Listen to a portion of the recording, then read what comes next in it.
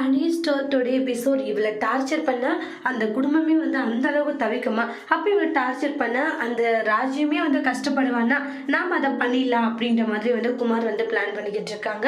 குமார் வந்து உள்ள வரவும், இங்க பாருங்க உங்களுக்கு ஏதாச்சும் வேலையா அப்படின்றாங்க. இங்க பாரு எனக்கு வேலையா இருந்தா உனக்கு என்ன அப்படின்ற மாதிரி சொல்லுவாங்க.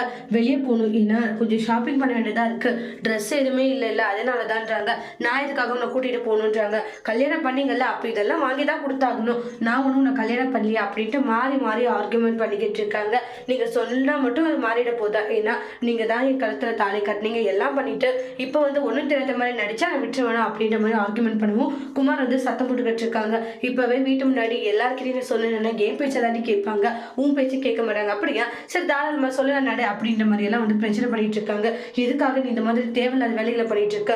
நான் உன்னை சும்மாவே விட மாட்டேன், இப்படி எல்லாம் தேவையில்லாத பிரச்சனை பண்ணினா அப்படின்னு சொல்லிட்டு மாறி மாறி அந்த இடத்துல ஆர்குமெண்ட் பண்ணிக்கிட்டு இருக்காங்க. சரிவா சொல்லலாம் அப்படின்னு சொல்லிட்டு பிரச்சனை பண்ணிக்கிட்டு இருக்காங்க. அதுக்கப்புறமா டோரை ஓபன் பண்ணுவாங்க, பார்த்தா முத்துவேல் இருந்துட்டு இருக்காங்க. குமார் என்னடா நடந்துட்டு இருக்கீங்க, என்னடா பிரச்சனை உங்களுக்கு அப்படின்றாங்க.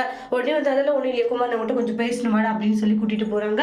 அங்க போயிட்டு பாத்தீங்கன்னா அங்க பேசிட்டு இருப்பாங்க. சொல்லுங்க சித்தப்பா என்ன விஷயம்ன்றாங்க. இங்க பாருடா, அந்த பொண்ணை கல்யாணம் பண்ணிட்டு வந்து வச்சுக்கிறது மட்டும் இல்ல, அந்த பொண்ணை சந்தோஷமா பாத்துக்கணும், அதை விட்டுட்டு தேவையில்லாம அந்த பொண்ணை கஷ்டப்படுத்துறேன் அதை படுத்துறேன்னு சொல்லிட்டு ஏதாச்சும் நீ டார்ச்சர் பண்றது எனக்கு தெரிஞ்சிச்சு, அதுக்கப்புறம் நான் உனக்கு சும்மா விட மாட்டேன்றாங்க. பெரியப்பா அதெல்லாம் ஒண்ணும் இல்லைன்றாங்க. நான் டார்ச்சர் பண்ணலையேன்றாங்க.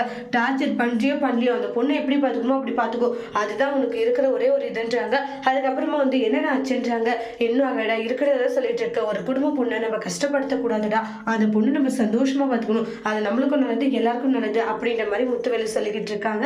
அதுக்கப்புறமா அரசு இருந்துட்டு எனக்கு போட்டுக்க ட்ரெஸ் இல்லை, அதனால ஷாப்பிங் போகணும் குமார் அப்படின்னு சொல்லி பார்க்குறாங்க. பெரியப்பா நான் வாங்கி தந்துடுறேன்னு சொல்லுவாங்க. அப்புறமா அரசுமே ரொம்ப சந்தோஷமா உள்ள போறாங்க. என்ன நடந்துட்டு இருக்கு அப்பா?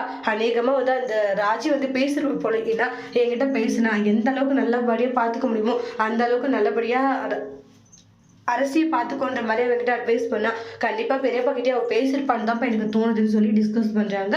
அதுக்கு அடுத்துதான் கடைக்கு கூட்டிட்டு போறாங்க.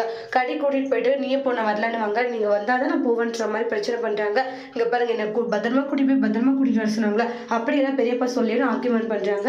அதுக்கப்புறமா வாக்கிங் மாதிரி போய்கிட்டு இருப்பாங்க. முத்துவேலும் சக்திவேலும் பாண்டியா போறாங்க. பாண்டியன் கிட்ட வந்து இங்க பாருங்க, என் வீட்டு பொண்ணு நீங்க நல்லபடியா பாத்துக்கணும், நீங்க என் வீட்டு பொண்ணு நல்லபடியா பாத்துக்கீங்கன்னா நான் உங்க வீட்டு பொண்ணு நல்லபடியா பார்த்து பண்ணிட்டு முத்துவேல் பாண்டியன் கிட்ட பேசுறாங்க. அதோட இந்த எபிசோட் முடிச்சிருக்காங்க. தேங்க்யூ.